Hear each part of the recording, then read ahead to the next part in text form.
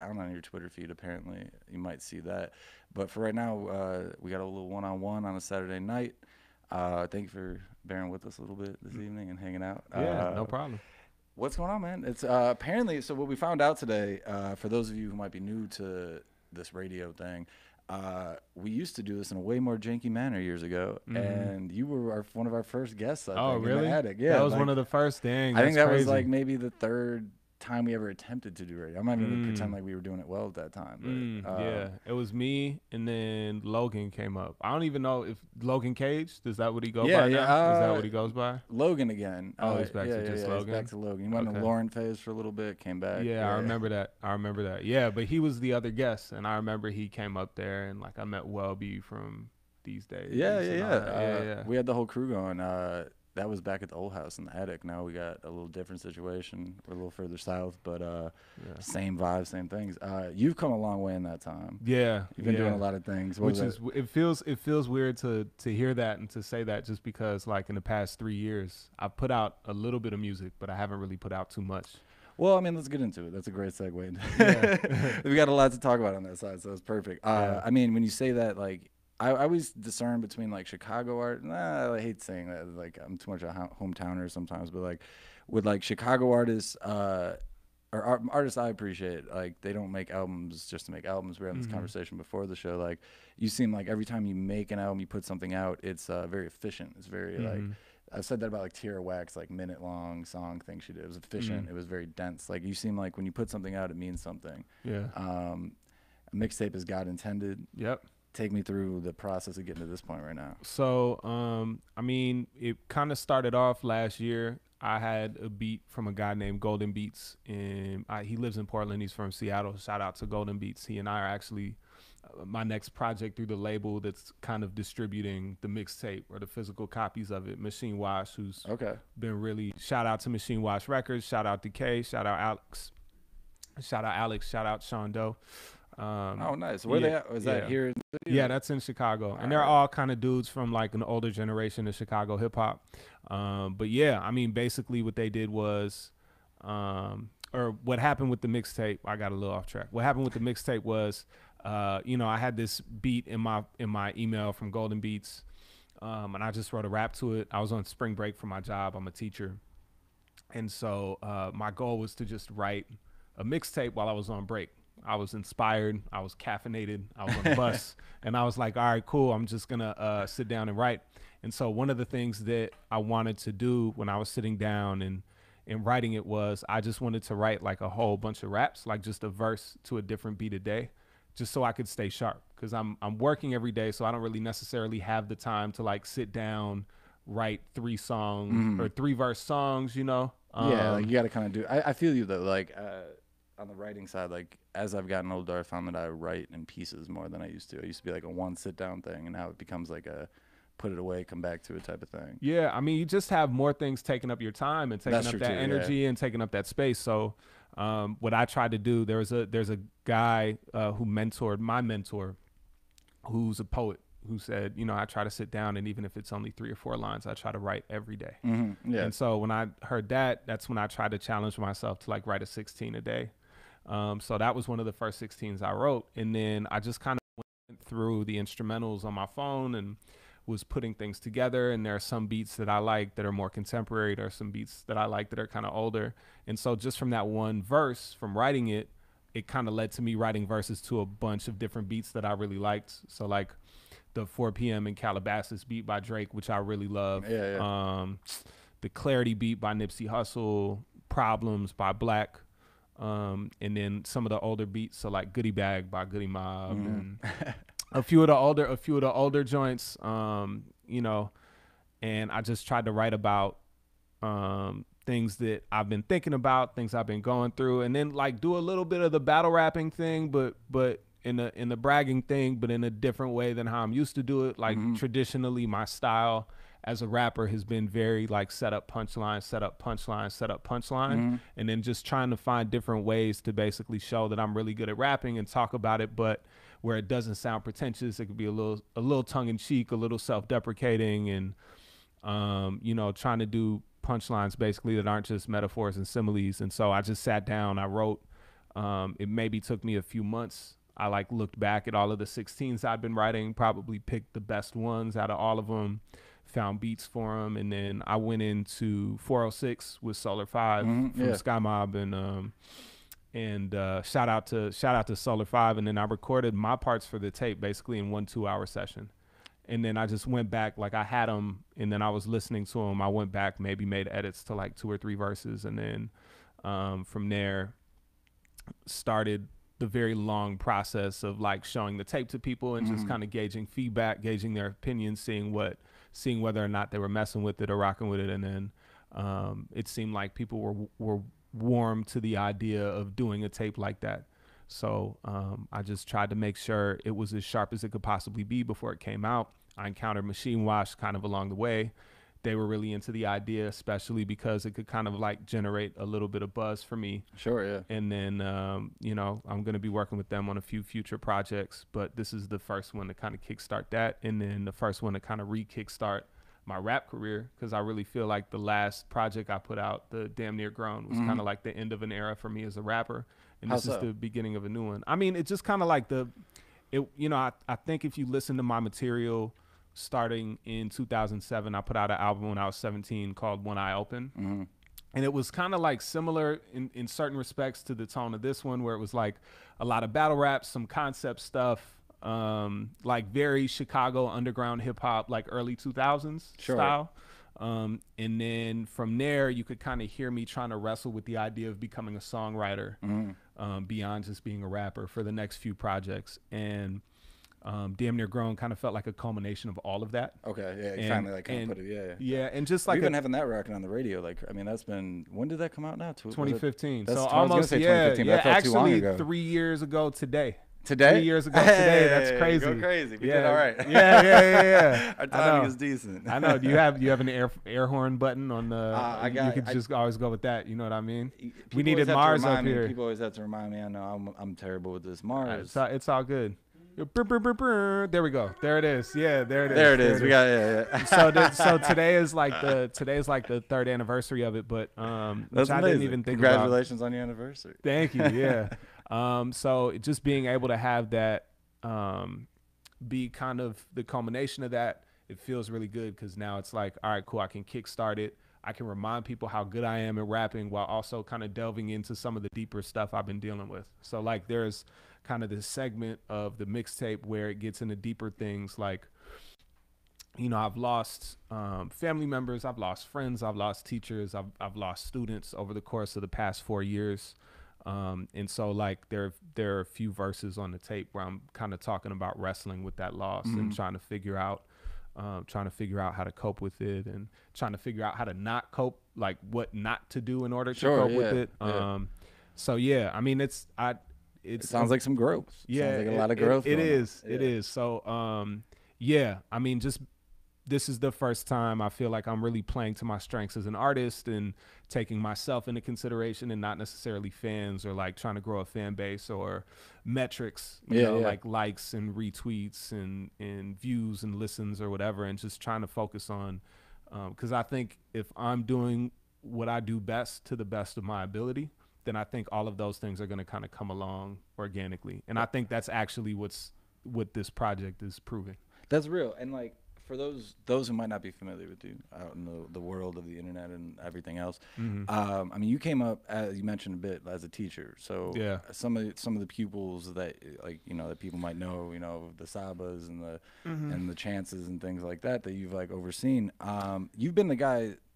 Like I remember, like, first time I went to YCA, and like you were like you're not just a person there, you're like the walls, like you're like part of that, right? Like, so like it's so interesting to me, like, listen, you talk about the way you put together an album, the way you approach writing, because I think that, you know, having to be teaching this all the time, to be teaching this craft, do you ever like almost get in your own head? Do you feel like you can explain something so well a million different times, but then when you have to sit down and like do it yourself, it might get a little daunting? Yeah, I mean, it's kind of, you know what it is? It's the reverse of that. It's like, I think when it's kind of like, and this is going to sound like a really lofty comparison, and I'm not trying to say that I am this person. You're good. But like Michael Jordan is a great basketball player.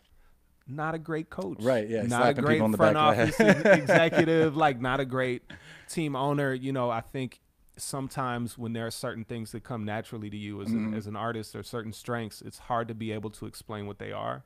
But I think one of the things that teaching has done for me is like it's forced me to figure out like and unpack what works for me. And then another thing that teaching has done for me too is it's you know, it's allowed me to see a bunch of kids with a bunch of different styles and be able to appreciate them and try to help kids get to a place where they can play to their own strengths as opposed to me trying to mold them into a rapper I would prefer. Well, that's what I was gonna say. Is like, yeah, you're constantly like looking at a million different like aspects of what rap is, or like how to approach a certain storytelling technique. Yeah. I could imagine that like you got to come home and kind of like declutter your mind a little bit. Like, Yeah. you got to like figure out what your path is. Whereas like somebody who's really good at telling a story, one like you were talking about, like, you know, being able to do like verse. I'm fucking up right now. All good. No worries. But you're like being able to have the punchlines and like, being able, Yeah. like you're good at that. Like there's some people who are really good at like one thing. They can focus on that. That's their thing. And they can just like forget about everything else. Whereas you are kind of like looking at everything and having to pick something. Right? Yeah, but I mean, but that's been helpful for me. I think is 100%, being able yeah. to like, you know, I can listen to Freddie Gibbs and I could take something away from listening to him. I could take something away from listening to Young Thug or like Lil Baby or Gunna, and figure out with that like not necessarily how to copy their style, but like trying to figure out like, okay, what would it sound like if I was trying to like be more concise or be more melodic in my delivery? Like, Yeah. what would that sound like? Or and I think that working in that position and also just sitting back in Chicago and being fortunate enough to be able to witness everybody's growth firsthand has been really cool too. And you know, to give a little bit of a correction for what you said, like, excuse me. no, it's okay. Don't apologize. I didn't actually oversee Sab or Chance. I was able, like Chance, I actually haven't worked with in that capacity, Yeah, like in yeah. a workshop, but to be able to you know, be at the open mic with them. You were to see, like, yeah, my bad. You were Nah. part of like the place that set the pasture. Like, you guys yeah, like, we were the generation. So like, I'm thinking of like me, add to Nate Marshall, who's a poet now, but was still raps every now and then, and is in a group called Daily Lyrical Product. SCP, Green Slime was around for this too. He was more DJing than he was rapping at this point. But we were all kind of the bridge generation Okay. between Chance and No Name and Vic and Sab and Mick and the guys who came before us, which is like typical Cats, Lock Hill, like everybody who was doing the Moment thing, Giraffe Nuts, guys like Encyclopedia Brown and the Cypher Bullies, Sketch 185 and Lamont Manuel, Gyroscope, Wizard Jenkins the Great, Malak L, Gilead 7, and everybody in Tomorrow Kings, Wizard Jenkins the Great. You know, just we're that bridge generation. So we were young enough to do things like go to each other's high schools and record and make music together and cypher together and kind of build our abilities like that. But still like connected enough to the independent hip hop generation in Chicago where we were kind of taking things from them and like that battle style and whatever and applying it to what we were doing as young people.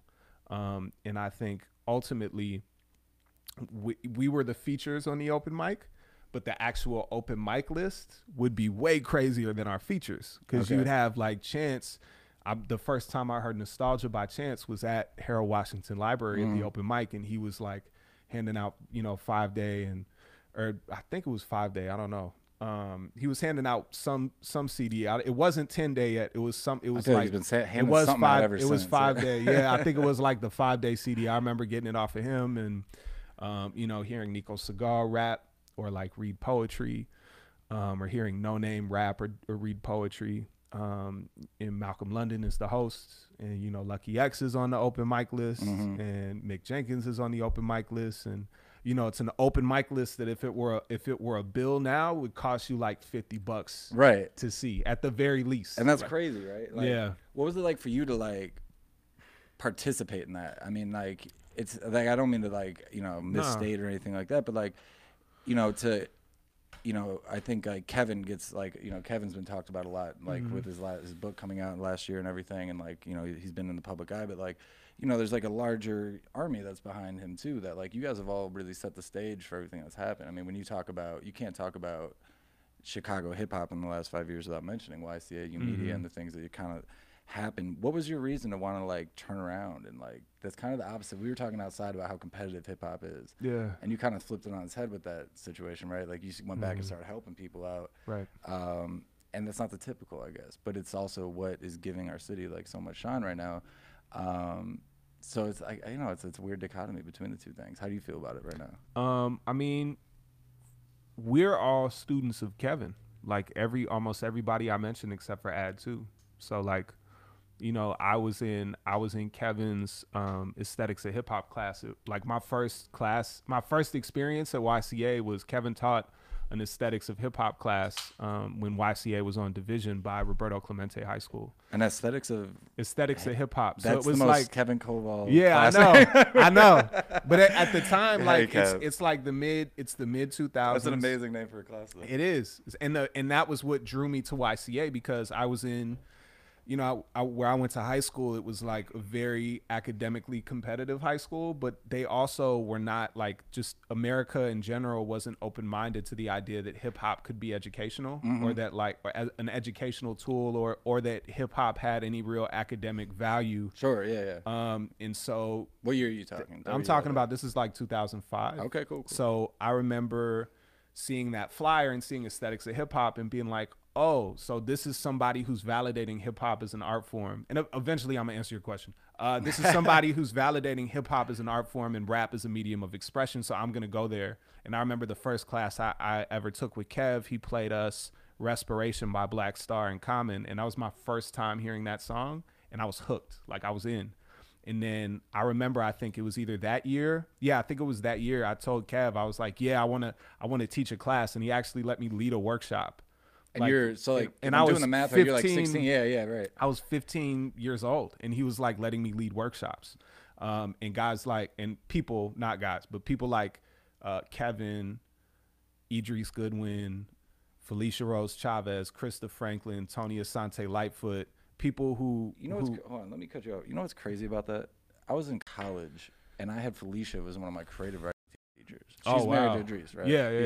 Yeah. She was one of my creative writing teachers at the University of Iowa, Brett Idris, and he taught us about breakbeat poetry my freshman year or sophomore year of college. That's and crazy. it's so weird to draw that line through my back. It's Nah, like you said it's all Felicia, I was good. like, that's actually but hey Felicia, if you out there. Yeah, hey, what's good? Yeah, I mean, like they all were so instrumental in not only in my development as a writer and a poet, but as a human being well, and shaped how I thought. Well, I mean, there is like a discipline to like the whole scene you guys have over there. You know, like when you come in, we were talking earlier. You know, you like respect the people, you respect the time. Like there's like a whole discipline to coming up in that. Yeah, and you're just meeting, like, the other thing too is this is pre-social media. So like I'm meeting people from around the city. I'm thinking I'm the only person who really has this vested interest in this culture. And there are people from around the city who feel the same way, who listen to the same music, who, you know, because the music I was listening to might not necessarily have been the music that people in my high school were listening to. But just to be able to build, like, I remember discovering that community was such community a great, outside of high school type thing. Yeah, right? It was so awesome. And so, and, you know, I have a mentor named Peter Kahn, who's a guy that I work with, who's a brilliant educator and poet and runs a full-time spoken word program that's excellent. And something that he taught me in addition to all of those people was, you know, what we have is valuable, but at a certain point, we're going to get old enough to the point where we have to find that for ourselves and facilitate it for other people coming up after us. And so a big part of my work at a certain point was, and a friend of mine from college actually reminded me of this. I was like, I would just spout off so much different hip hop knowledge. And dude actually told me, his name's Jair. He actually told me, he was like, dude, you know all of this stuff. If you don't become a teacher, it's going to become useless information. Like this has to go to other people. And so that was a driving force behind my getting into education in general, but specifically into rap, because I want to do for kids who don't feel affirmed or validated in what they enjoy doing or what they enjoy listening to, in a way that Kevin or Idris or Krista or Felicia or Tony Asante Lightfoot or Krista Franklin or Avery R. Young, in a way that they did that for me. So I just want to I want to pay it forward, and then hopefully the people coming up under me will pay it forward too. No, and I think honestly, thank you for all that, because like honestly, I think that's the part of the story a lot of people miss when they look at Chicago hip hop, and I think that's like, it's something that when I've been covering whatever story I've been covering, you know, there's that idea of the Chicago Renaissance that came along. It's like, how did all these rappers come from Chicago? And you know, especially when the Coast started coming in and talking about it. I mean, people forget that you guys built a really amazing foundation here for a lot of people to take off from. And like, you know, not to be like that person, but like people got to pay attention to that. Like that's very important. You know what I mean? Like what you guys did for the city, I think is super special, because it's not like it was a club. It's not like in New York where they had a club that everybody went to and that's where you got on, like a Nas thing or something like that, right? It was, you guys created a community. You guys created like a structure that people can actually like learn and grow in. And you see the fruits of your labor now. Not only that, we don't have to talk about all that. Also, you got your own music out. Thank you.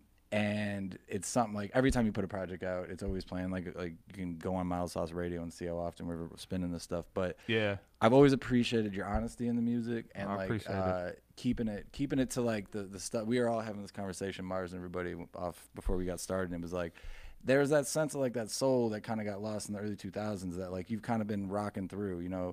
You get that lyrics, you get the lyrical a little bit, right? The Chicago stamp. But course. Take me through, like, you know, you touched a little bit on the evolution of where you're trying to go. Where do you like, how do you feel about what you just put out, and like where do you kind of see this going a little bit? I mean, first of all, this is my best project. This is my best piece of work.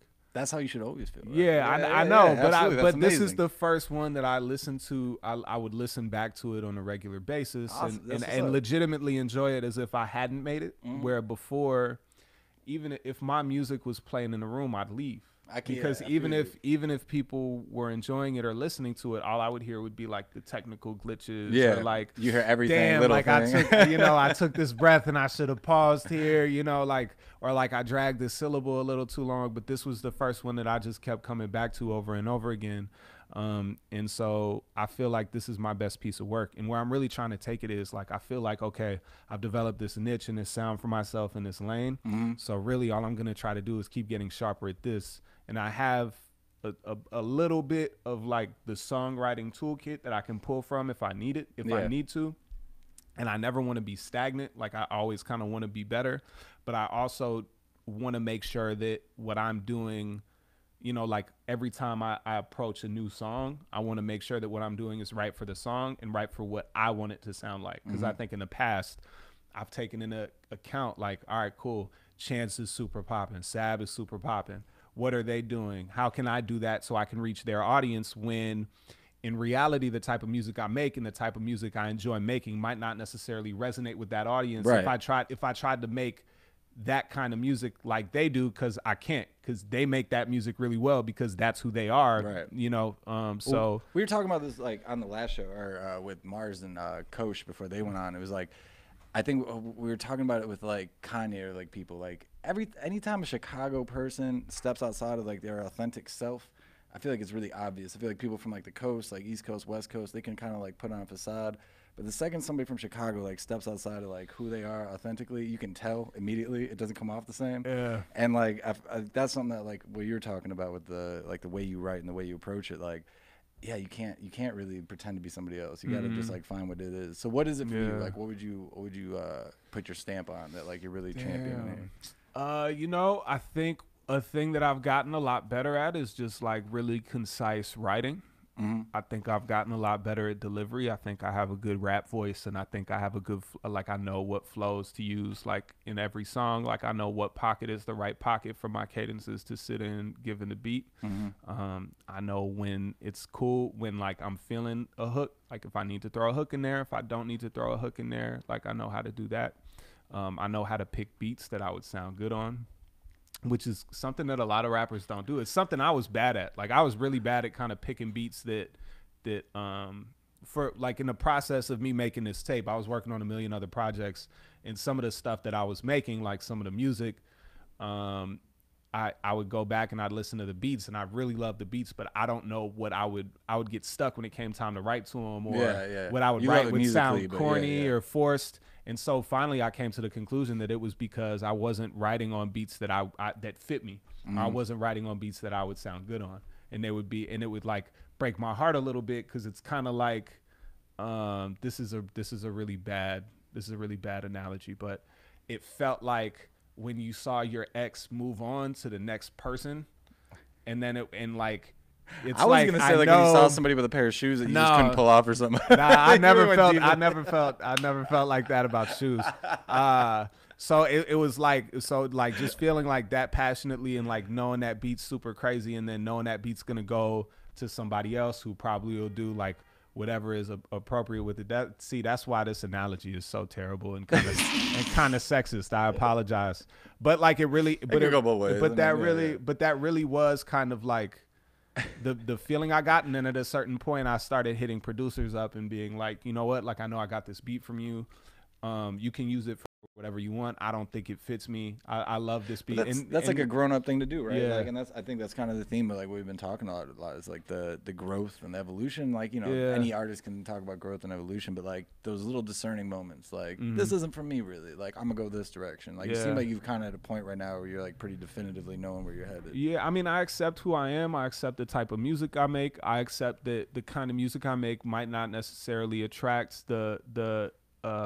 and this isn't going to be as pretentious as it sounds. Like, the music I make, there are people who are looking for it, and there might not be as many people looking for it, but I know that the people who find it and appreciate it genuinely do, and I know that they're going to stick with me and they're going to stick with the music, and it makes it a lot easier for me to like just continue like building out my sound and my discography, and not really have to be resentful or jealous of where somebody else is versus me, because I'm just focusing on making sure that my work is as good as it can possibly be, because it's going to find somebody. And that's the best mentality to have.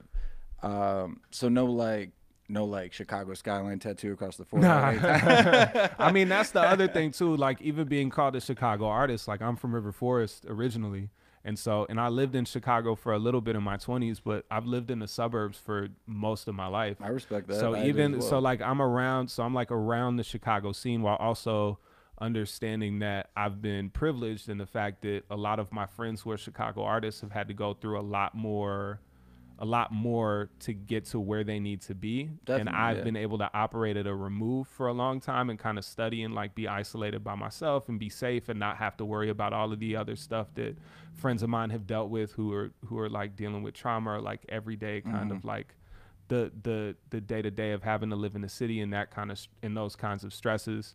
So, and I think that I feel like you pay it back well. I feel like, you know, this is a weird thing at this point, you know, with the guy we have running the country and stuff. But like, my thing has always been try to do as much as you possibly can to right whatever stupid wrongs with the Tiki Torch whites in Virginia and shit like that. But you do such a good job of that, and like it's amazing. Like, I commend you for like having that sense of like, I mean, honesty about it. You know what I mean? Like, you can. I know it sucks to like pat someone on the back for that, but like, there's a lot of motherfuckers out here that don't really like have that sensibility to them. So it's good to recognize it. You know what I mean? Yeah, it's all about self-awareness, and that's something that people pulled my coat to early on about, you know, being from the suburbs and like, you know, not claiming Chicago in the music, not claiming Chicago in the rhymes, because again, like, I haven't necessarily earned the right to be able to claim it. But I've also participated in Chicago's hip hop community and Chicago's hip hop scene. Yeah. And if it wasn't for, and like, I'm forever indebted and grateful to that scene, because if it wasn't for that, if it wasn't for the music that was made by that scene, I wouldn't be who I am today. I wouldn't be the artist I am today. I wouldn't be able to write the way that I write. I wouldn't be able to think the way that I think about music, about putting it out, about writing it. Do you feel like it's getting too easy for people to come to Chicago and claim it? Nah, because at a certain point, like, they just fall off, you know, like I see that a lot, like across like everything, not just in music, but like you see so many people coming from other places to Chicago, and then all of a sudden they're like, claim Chicago. Mars, I'm sorry, I'm not talking about St. Louis. I love St. Louis. You guys are amazing. But no, but even like we talk about it a lot, like I've learned a lot about St. Louis from these guys, like working on the shows and stuff, and it's really interesting, like seeing like how Chicago is like looked at, but there's so many people that come from other places, come to the city, and then like immediately claim. And you're what, 10 minutes outside the border. Like you're not that far outside, but there's people from, I grew up in the burbs too, and I've always kind of had that weird relationship. Like you're part of the team, you're not, the city's different type thing. Do you feel like it's getting too easy for people to come here, or do you feel like it's still kind of keeping its rep on that sense? There's a John Coltrane quote that I've been living by lately. John Coltrane's my favorite artist of all time. And John Coltrane said, you can play a shoestring if you're sincere. And that's kind of how I read people. You know what I mean? Like, just like if I can, one of the things that living in Chicago, or not living in Chicago, one of the things about being in the Chicago hip hop community and like having friends in Chicago is it gets really, really easy to read sincerity versus insincerity. Definitely. And I can definitely spot when somebody is being sincere or insincere, and people who are insincere in their intentions when they're here and working in the city and they're not really trying to build, but they're trying to like come off of like the scene and like take inspiration and then go like take it somewhere else, or people who are trying to co-opt these styles and take it somewhere else. Like they don't really last that long. Yeah. They don't really stick, and they get, unfortunately, well, actually, fortunately, they kind of like end up outside of a lot of circles. Yeah, by it's that weird same how you token. say that. I mean, we're both 29 at this point. Not to sell us out for being old or shit. But, we were saying earlier, it's fun like getting older a little bit, and you see how that happens, and you see how people come and don't. And like the ego is to me the biggest thing. But we're getting a little deep. It's fine. Take me back out though. We're getting on a little bit. We should probably get out of here so you can get home. Yeah. Do you want to? Is that too much news? Nah, that's not. Nah, I dropped a mixtape like 2 weeks after getting engaged. 2 weeks after? Yeah. Engaged. We gotta get him out of here so you can go enjoy his time. You're on the break right now. Nah, I have one more week, but it's kind of light on teaching. This week it's that was time of the year, this week was my heaviest. I had 6 classes. I was teaching 5 classes in a row, so this week was kind of the heaviest. So this is gonna be a nice way to ease into break. But yeah, man, I got engaged. Yeah. Thank you. Shout out to my fiance Christina. I know you watching at home, baby. And if you're not watching at home, I know you're gonna watch this later. We had to get that in, right? Yeah. Hey man, where can people? We got shows coming up. You got stuff coming up. So late January we'll do a release show. I don't want to say when the exact date is until we have a flyer together for that. Yeah. But late January we're gonna do a release show. And then if you want to find me on social media, twitter.com/DEFCEE, DEFCEE on Instagram, SoundCloud. The tape is available on Bandcamp, but not mine. So if you want to download the tape, Machine Wash Music, all of that spelled correctly, machinewashmusic.bandcamp.com.